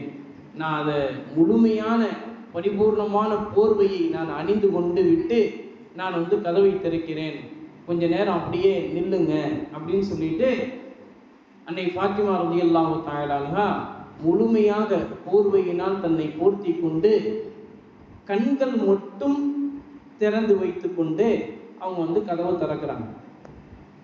கதவை திறந்துட்டு அவங்க உள்ள போயிட்டாங்க. திரைக்கு மறைவாக அவங்க உள்ள போயிட்டாங்க. உள்ள போன பிறகு நபி ஸல்லல்லாஹு அலைஹி வஸல்லம் அவங்க தன்னுடைய மகள் ஃபாத்திமா ரலியல்லாஹு தஆலா அன்ஹா அவங்க கிட்ட, என்னம்மா எப்படி இருக்கீங்க, எப்படி போய் கொண்டு இருக்கிறது வாழ்க்கையெல்லாம் அப்படிலாம் ஒரு தந்தை தன்னுடைய மகனிடத்தில் விசாரிப்பது போல அவங்க விசாரிக்கிறாங்க. அப்ப ஃபாத்திமா ரலியல்லாஹு தஆலா அன்ஹா அவங்க சொன்னாங்க, யா ரசூலல்லாஹ், இந்த ஒரு நாள் முழுவதும் எந்த ஒரு இறைச்சி துண்டையும் சுவைத்ததில்லை என்னுடைய நாவு அப்படின்னு சொல்லிட்டு, ஒரு நாள் முழுவதும் நான் சாப்பிடாம இருக்கிறேன். அந்த சாப்பாடு, அந்த உணவு வாங்குவதற்குண்டான காசு பணமும் இல்லை, அந்த அளவுக்கு வீட்டில் அந்த மாதிரி ஒரு நெருக்கடி இருக்குது அப்படிங்கிற மாதிரி சொன்னாங்க. அப்ப நபி ஸல்லல்லாஹு அலைஹி வஸல்லம் அவர்கள் சொன்னாங்க, ஈருலக தலைவர், இறுதி தூதர், நம்முடைய உயிரினும் மேலான கண்மணி நாயகம் ஸல்லல்லாஹு அலைஹி அவர்கள் சொன்னாங்க, ஃபாத்திமா, நீயாவது ஒரு நாள் மட்டும்தான் இறைச்சி துண்டை சுவைத்ததில்லை என்று சொல்கிறாய், நான் 3 நாட்களாக எந்த ஒரு உணவுப் பொருளையும் என்னுடைய நாவு சுவைக்கவில்லை என்று சொன்னாங்க. சுப்ஹானல்லாஹ். ஈருலக தலைவருங்க, ரோம் நாடு, பாரசீக நாடுலாம் பயந்து நடுங்கக்கூடிய பெருமகனார், மஜூசி என்று சொல்லப்படக்கூடிய நெருப்பு வணங்கிகள், முஷ்ரிகீன்கள் என்று சொல்லப்படக்கூடிய இணை வைப்பாளர்கள், காஃபிரீன்கள் என்று சொல்லப்படக்கூடிய இறை மறுப்பாளர்கள் எல்லாம் நபி ஸல்லல்லாஹு அலைஹி வஸல்லம் அவர்களை பார்த்து பயந்து நடுங்கிக் கொண்டு இருக்கக்கூடிய அப்படிப்பட்ட ஈருலக தலைவர் சொல்றாங்க, நீயாவது ஒரு நாள் தாமா சாப்பிடாம இருந்திருக்க, நான் 3 நாட்களாக எந்த ஒரு உணவையும் சுவைத்ததில்லை என்று சொன்னாங்க. அப்படின்னா எப்படிப்பட்ட ஒரு வாழ்க்கையை வாழ்ந்திருக்கிறார்கள் பாருங்க. நம்ம இன்னைக்கு சும்மா சின்ன சின்ன விஷயத்துக்காக வேண்டியெல்லாம் கடன்கள் வாங்கி கொண்டு அந்த கடன்களை உண்டான அந்த காசு பணத்தில் எப்படியாவது சாப்பிட்றணும் அப்படின்னு நினைச்சேன் கடன்களாகவே நம்ம வாழ்ந்து கொண்டு இருக்கிறோம். இன்னைக்கு நம்மள யாருமே இஎம்ஐ இல்லாம இருக்கிறது கிடையாது. இப்போ உள்ள காலகட்டத்துல இஎம்ஐ இல்லாம யாரும் இருந்ததுண்டா என்ற கோர பிடியில மாட்டிக்கொண்டு இருக்கிறோம் இல்லைங்களா? இதுக்கெல்லாம் என்ன காரணம் அப்படின்னு சொன்னா, நம்முடைய அதிகமான ஆசை, நம்முடைய உள்ளத்தினுடைய ஆசையை நம்ம முதல்ல எடுக்கணும். அகலக்கால் நம்ம வைக்கக்கூடாது. நம்ம அதனால ஒவ்வொரு பரதான தொழுகைக்கு பிறகு இப்படி துவா செய்யணும், யா அல்லாஹ், வாழ்க்கையின் எந்த தருணத்திலும் உன்னை தவிர்த்து வேறு எவரிடத்திலும் கையேந்தாமல் வாழக்கூடிய தௌஃபீக்கை எனக்கும் என் சாலிஹான பிள்ளை செல்வங்களுக்கும் என் சாலிஹான கணவன்மார்கள் என் சாலிஹான உற்றார் உறவினர்கள் அனைவருக்கும் யா அல்லாஹ் நீ அந்த ஒரு பாக்கியத்தை தந்தருள் புரிவாயாக. வாழ்க்கையினுடைய எந்த தருணத்திலும் உன்னை தவிர்த்து வேறு எவரிடத்திலும் கையேந்தாமல் வாழக்கூடிய தௌஃபீக்கை எங்களுக்கு நீ தந்தருள் புரிவாயாக. எங்களுடைய கரங்களை உயர்ந்த கரங்களாக நீ ஆக்கி வைப்பாயாக. எப்போதுமே பிறருக்கு உதவி செய்யக்கூடிய தயார மனப்பான்மை உள்ளவர்களாக எங்களை நீ ஆக்கி வைப்பாயாக என்று ஒவ்வொரு ஃபர்தான தொழுகைக்கு பிறகு நம்ம துவா செய்யணும். இன்ஷாஅல்லாஹ் செய்யலாமா? அன்னை ஃபாத்திமா ரலியல்லாஹு தஆலா அவங்கள்ட்ட அப்படி சொன்னோன்னே நபி ஸல்லல்லாஹு அலைஹி வஸல்லம் சொல்வதை கேட்டதும் மகளாரான அன்னை ஃபாத்திமா கண்ணீர் வடித்து அழுது கொண்டே இருக்கிறாங்க. அவங்களுடைய பணியாளரான இம்ரான் பின் ஹுசைன் ரலியல்லாஹு தஆலா அவங்க அழுது கொண்டே இருக்காங்க. யா ரசூலல்லாஹ், எங்களுக்கு கிடைச்ச இறை தூதர் இப்படியா? ரோம நாடு, பாரசீக நாடு மன்னர்கள் எல்லாம் தங்களுடைய ஆடைகளை அப்படி விரித்து கொண்டு செல்வார்களே, அதைத்தானே நான் பார்த்திருக்கேன். அப்படிப்பட்ட மன்னர்களை தானே நான் பார்த்திருக்கேன். ஆனா எங்களுடைய உள்ளத்தை ஆளக்கூடிய மன்னர் நீங்க 3 நாட்கள் சாப்பிடாமல் இருந்திருக்கிறீர்கள் என்று நான் உங்களுடைய நாவு மூலமாக நான் கேட்கிறதே எவ்வளவு பெரிய ஒரு விஷயமாக இருக்கிறது. யா ரசூலல்லாஹ், உண்மையிலேயே நீ அல்லாஹ்வுடைய இறை தூதர் தான் அப்படின்னு சொல்லி ஹஜ்ரத் இம்ரான் பின் ஹுசைன் ரலியல்லாஹு தஆலா அவர்கள் சொல்றாங்க. இப்போ இந்த இடத்துல ஃபாத்திமா ரலியல்லாஹு தஆலா அவங்க சொல்றாங்க, யா ரசூலல்லாஹ், இப்படிப்பட்ட ஒரு நெருக்கடியான வாழ்க்கை விட்டு அகன்று நல்ல விசாலமான வாழ்க்கையை பெறுவதற்கு நீங்க எங்களுக்கு ஏதாவது ஒன்று செய்யுங்களேன் அப்படின்னு சொல்லிட்டு அன்னை ஃபாத்திமா ரலியல்லாஹு தஆலா கேட்குறாங்க. அப்ப நபி ஸல்லல்லாஹு அலைஹி வஸல்லம் அவர்கள், ஃபாத்திமா, நான் உனக்கு ஒரு துஆவை சொல்லி தருகிறேன். அந்த துஆவை ஒவ்வொரு நாள் காலையிலும் மாலையிலும் 3 தடவை நீ அல்லாஹ்விடத்தில் கிப்லாவை முன்னோக்கி 2 கரங்கள் ஏந்தி கண்ணீர் வடித்து இந்த துஆவை நீ செய். உன்னுடைய வாழ்க்கை ஈருலகிலும் மிகச் சிறப்பாக செழிப்பாக இருக்கும். நீ செய்வாயா என்று கேட்டாங்க. அப்ப ஃபாத்திமா ரலியல்லாஹு தஆலா சொன்னாங்க, யா ரசூலல்லாஹ், கட்டாயமாக சொல்லித்தாங்களே அப்படின்னு சொல்லும்போது அந்த துஆவை சொல்லி தந்தாங்க. அதனாலதான் அந்த துஆவிற்கு துஆயே ஃபாத்திமா ரலியல்லாஹு தஆலா என்று சொல்லப்படுகிறது. அந்த துஆ சொல்லலாமா? சொல்லுங்க பார்க்கலாம் என் கூட சேர்ந்து. யா ஹய்யு யா கய்யூம் பிரஹ்மதிக நஸ்தகீது ஃபலா தகில்னா இலா அன்ஃபுஸினா طرفة عين وأصلح لنا شأننا كله.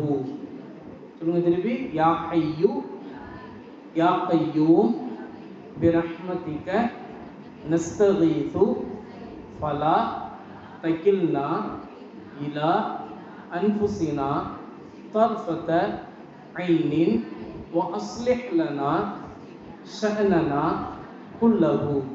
திருப்பி சொல்லுங்க.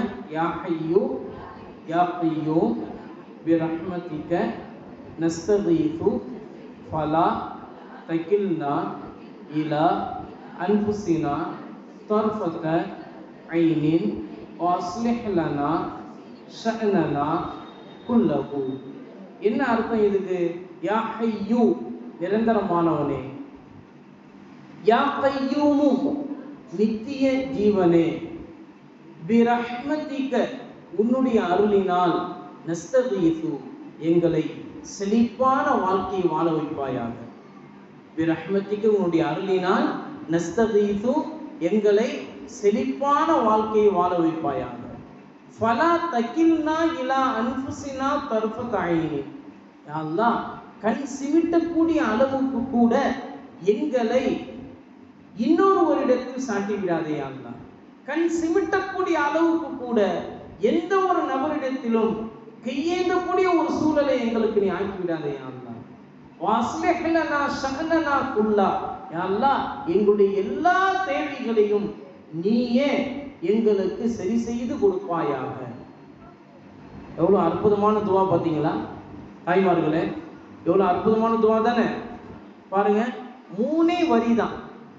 யா ஹய்யு யா கய்யூம் பிரஹ்மதிக நஸ்தகீத் ஒரு வரி, ஃபலா தகில்னா இலா அன்ஃபுஸினா தர்ஃபத ஐனி இன்னொரு வரி, வஸ்லிஹ் லனா ஷஅனனா குல்லா மூணாவது. இந்த 3 வரியை காலையிலும் மாலையிலும் 3 தடவை நீங்க ஓதி கிப்லாவை முன்னோக்கி 2 கரங்கள் ஏந்தி கண்ணீர் வடித்து இந்த துஆவை ஓதினால் கட்டாயமாக உங்களுடைய வாழ்க்கை செழிப்பான வாழ்க்கையாக இருக்கும் அப்படின்னு நபி ஸல்லல்லாஹு அலைஹி அவர்கள் சொன்னாங்க. அன்னை ஆயிஷா ரலியல்லாஹு தஆலா அன்ஹா அவங்க சொல்றாங்க, நபி ஸல்லல்லாஹு அலைஹி வஸல்லம் அவர்கள் சொன்ன இந்த துஆவை நபி ஸல்லல்லாஹு அவர்களுடைய மகளாரான ஃபாத்திமா இந்த துஆவை செய்து அவங்களுடைய வாழ்நாள் முழுவதிலும் அவங்களுடைய வாழ்நாள் முழுவதிலும் எந்த நெருக்கடியான வாழ்க்கையையும் அவங்க பெறல. அவங்க விசாலமான வாழ்க்கையை, செழிப்பான வாழ்க்கையை அவர்கள் பெற்றார்கள் அப்படின்னு சொல்றாங்க. செழிப்பான வாழ்க்கையை அவங்க பெற்றார்கள் அப்படின்னு சொல்றாங்க. அப்ப இந்த துஆவை ஓதியிலிருந்து அவங்களுக்கு நெருக்கடி நீங்கி விசாலமான வாழ்க்கையை அல்லாஹ் தஆலா கொடுத்தான். அதனால இந்த துஆவிற்கு பெயரே துஆயே ஃபாத்திமா. ஏன்னா நபி ஸல்லல்லாஹு அலைஹி வஸல்லம் அவர்கள் ஃபாத்திமா ரலியல்லாஹு தஆலா அவங்களுக்கு மட்டும்தான் இந்த துஆவை சொல்லி கொடுத்திருக்காங்க. வேற எந்த பெண்மணிக்கும் இந்த துஆவை நபி ஸல்லல்லாஹு அலைஹி வஸல்லம் அவர்கள் சொல்லல. முதல் முறையாக அன்னை ஃபாத்திமா ரலியல்லாஹு தஆலா அவங்களுக்கு தான் இந்த துஆவை நபி ஸல்லல்லாஹு அலைஹி வஸல்லம் அவர்கள் சொல்லி கொடுத்தாங்க. அதனால இந்த துஆவுக்கு பேரு துஆயே ஃபாத்திமா. இந்த ஃபாத்திமா ரலியல்லாஹு தஆலா இந்த துஆவை செய்த அந்த நொடியிலிருந்து அவங்களுடைய வாழ்நாள் முடிகிற வரை அவங்க விசாலமான வாழ்க்கையை பெற்றாங்க. அவங்களுக்கு பிறகு அவங்களுடைய பிள்ளைகள் வாழ்ந்த, அவங்களுடைய கணவன் ஹஜ்ரத் அலி ரலியல்லாஹு தஆலா அவர்கள் வாழ்ந்த அந்த வாழ்நாள் முழுவதும் அவங்க செழிப்பான வாழ்க்கையை பெற்றாங்க. யாரிடத்திலும் கையேந்தாத செழிப்பான வாழ்க்கை, என்றைக்கும் கொடுக்கக்கூடிய கரங்கள் உடையவர்களாக அவர்கள் வாழ்ந்தாங்க அப்படின்னு வரலாற்று ஆசிரியர்கள் நமக்கு சொல்லி காட்டுறாங்க. எவ்வளவு அற்புதமான ஒரு துஆவை நபி ஸல்லல்லாஹு அலைஹி வஸல்லம் அவர்கள் அன்னை ஃபாத்திமா ரலியல்லாஹு தஆலா அவங்களுக்கு கொடுத்துருக்காங்க பாருங்க. அதுக்கப்புறம் ஃபாத்திமா ரலியல்லாஹு தஆலா நபி ஸல்லல்லாஹு அலைஹி வஸல்லம் அவங்கள்ட்ட கேட்டாங்க, யா ரசூலல்லாஹ், நாளை மறுமையில என்னுடைய அந்தஸ்து எப்படி இருக்கும்? யா ரசூலல்லாஹ், என்னுடைய அந்தஸ்து நாளை மறுமையில எப்படி இருக்கும் அப்படின்னு சொல்லி கேட்டாங்க. அப்ப நபி ஸல்லல்லாஹு அலைஹி வஸல்லம் அவர்கள் சொன்னாங்க, சொர்க்கத்துல நுழையக்கூடிய பெண்கள் அனைவருக்குமே நீதான் தலைவியாக இருப்பாய். சொர்க்கத்தில் நுழையக்கூடிய பெண்கள் அனைவருக்கும் நீதான் தலைவியாக இருப்பாய் என்று சொன்னாங்க. சொன்னதுமே அன்னை ஃபாத்திமா ரலியல்லாஹு தஆலா அவங்க கேட்டாங்க, யா ரசூலல்லாஹ், அப்படின்னா நீங்க ஒரு முறை இப்படி சொல்லியிருக்கீங்க, அன்னை மரியம் அலைஹிஸ்ஸலாத்து வஸ்ஸலாம், நபி ஈசா அலைஹிஸ்ஸலாம் அவங்களுடைய தாயார் அன்னை மரியம் அலைஹிஸ்ஸலாத்து வஸ்ஸலாம் அவங்க சொர்க்கத்தில் நுழையக்கூடிய பெண்களுக்கெல்லாம் தலைவி அப்படின்னு நீங்க ஒரு முறை சொன்னீங்க. அதே மாதிரி நம்முடைய அம்மா, எங்களுடைய அம்மா அன்னை ஹதீஜா ரலியல்லாஹு தஆலா அன்ஹா அவங்க சொர்க்கத்தில் நுழையக்கூடிய பெண்களுக்கெல்லாம் தலைவி அப்படின்னு நீங்க சொல்லியிருக்கீங்க.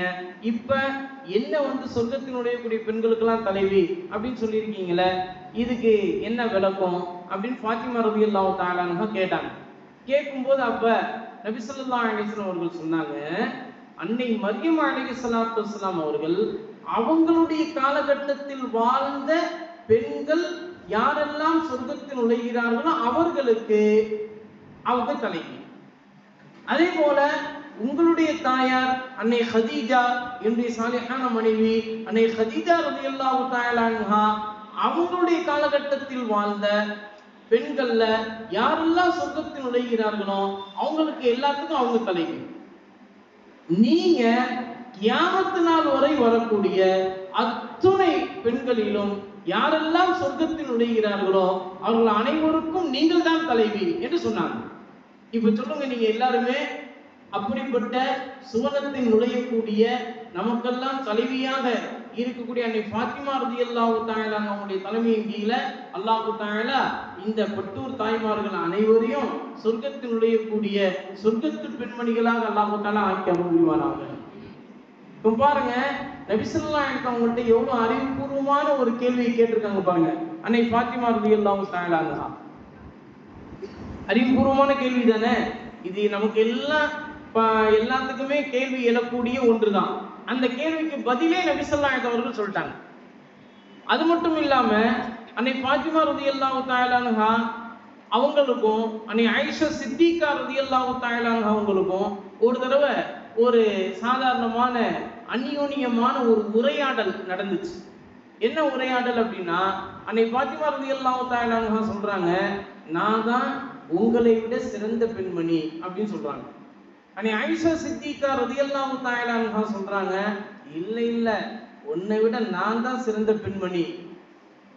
அப்படின்னு சொல்றாங்க. சொன்ன உடனே ஃபாத்திமா ரலியல்லாஹு தஆலா அன்ஹா சொன்னாங்க, நான் ஏன் சிறந்த பெண்மணின்னு சொன்னேன் தெரியுமா?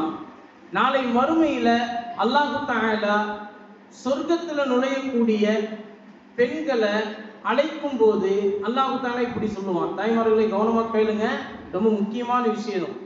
நாளை மறுமையில சொர்க்கத்தில் நுழையக்கூடிய பெண்களை அல்லாஹ் தஆலா இப்படி அழைப்பான். எப்படி அழைப்பானா, அந்தந்த பெண்களை பெற்றெடுத்த தந்தையினுடைய பெயரை சேர்த்து அல்லாஹ் தஆலா அழைப்பான்.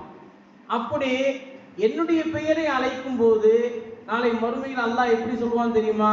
யா ஃபாத்திமா பின்த் ரசூலில்லாஹி ஸல்லல்லாஹு அலைஹி வஸல்லம், அல்லாஹ்வுடைய தூதருடைய மகளாரான ஃபாத்திமா வாருங்கள் என்று அல்லாஹ் தஆலா அழைப்பான்.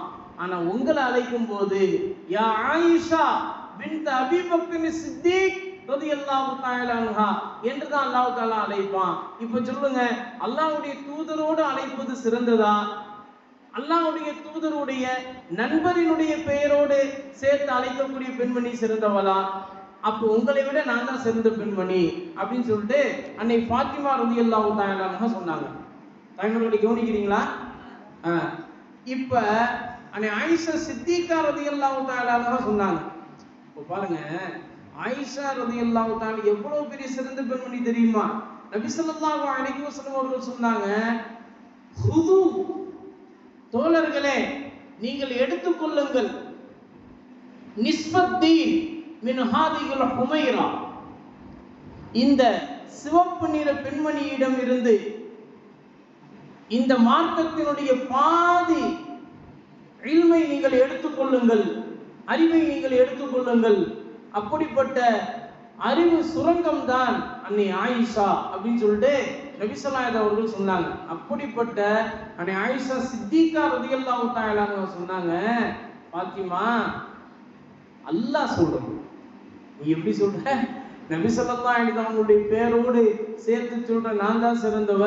நீங்க நபி ஸல்லல்லாஹு அலைஹி அவர்களுடைய உற்ற தோழரான அபூபக்கர் சித்திக் ரலியல்லாஹு தஆலா அவங்களுடைய பேரோடு தானே உங்க பேர் அழைக்கப்படும், அதனால நான் தான் சிறந்தவன் நீ சொல்ற.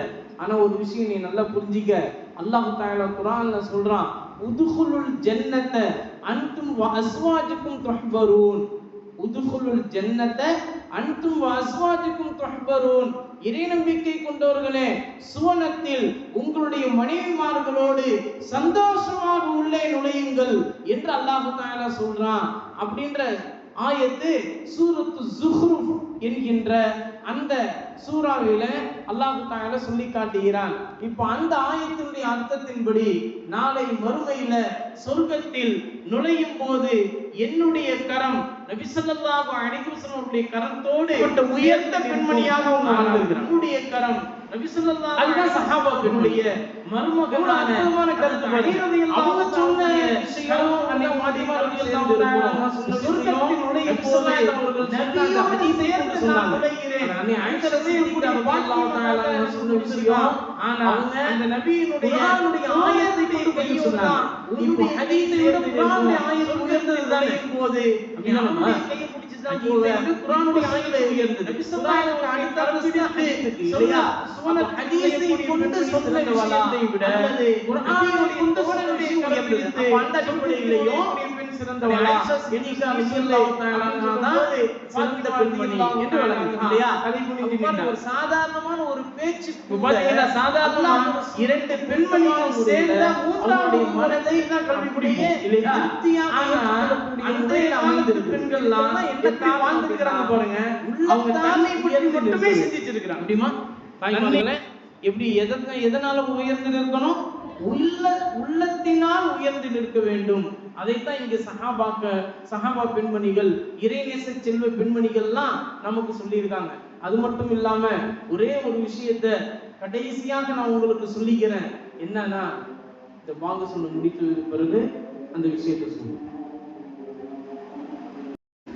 நபி ஸல்லல்லாஹு அலைஹி வஸல்லம் அவர்கள் ஹிரா குகையில இருக்கும்போது அவங்களுக்கு ஒவ்வொரு நாளுமே உணவுகளை எடுத்துக்கொண்டு செல்வாங்க.